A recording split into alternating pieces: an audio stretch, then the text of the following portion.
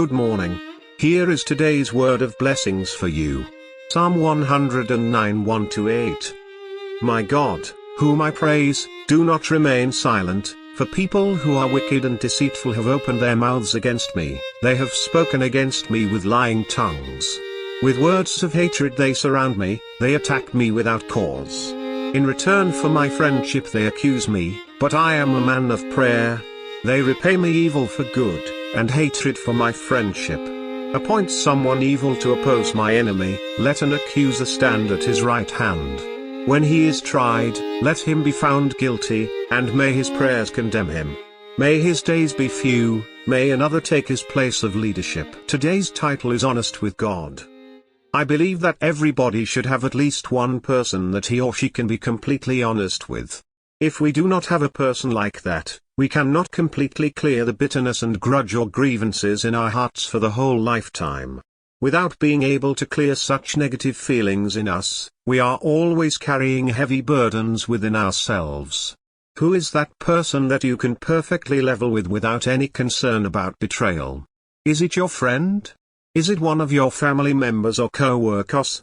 I personally tried to share my inmost feelings with such intimate people around me. Sometimes it worked.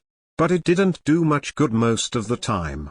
Sharing my honest feelings and thoughts, especially when they are negative, neither helped me nor those that heard me. Occasionally it turned out to have rather a negative impact on both of us. Listening to my unrestrained feelings and thoughts made some people estranged from me. Consequentially, it added up to my own trouble. Who do we go to then? In my own experience, hopping around from one person to another only makes situations even worse. So I slowly learned to level with God. And I settled there in God's presence. Despite the holiness of God, He was always open to hearing my brute grudges and grievances. He never rebuked me for it. He never betrayed it to anybody. I think we can see such openness of God in today's psalm. This psalm contains a lot of complaints and grievances uttered in the presence of God.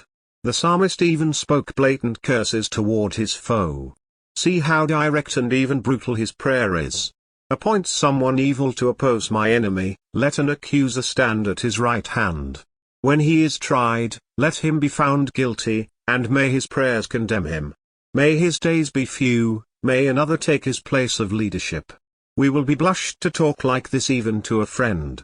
But the psalmist is confident that God would not reject him for such prayers. Why is he so confident? For he knows that God knows everything that goes on in his life. He knows that God knows how the enemy accused him of his friendship and how they repay evil for good. He knows that God knows why he is so upset and angry. He is confident that God would listen to him with the biggest understanding heart. Who do you go to when you are betrayed, and greatly hurt and upset? Who do you pour out your inmost feelings of resentment and vengeance? Go to God and be honest with Him. He will open His ears and hearts for you like none other. Amen.